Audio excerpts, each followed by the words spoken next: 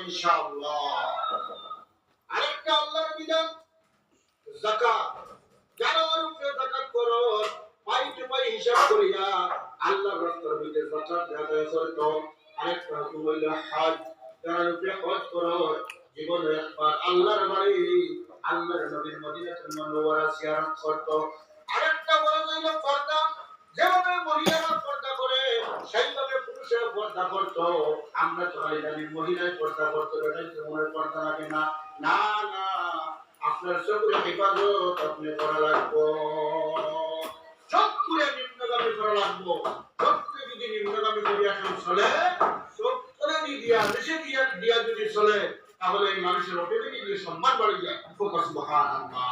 পর্দা এইভাবে পবিত্র কোরআন থেকে আমরা দরকার অনুযায়ী জানিয়া বুঝিয়া জিজ্ঞাসা করিয়া আমল করিয়া করে পবিত্র কোরআন থেকে আমরা শান্তি পাইব, আখিরাতে মুক্তি পাইব।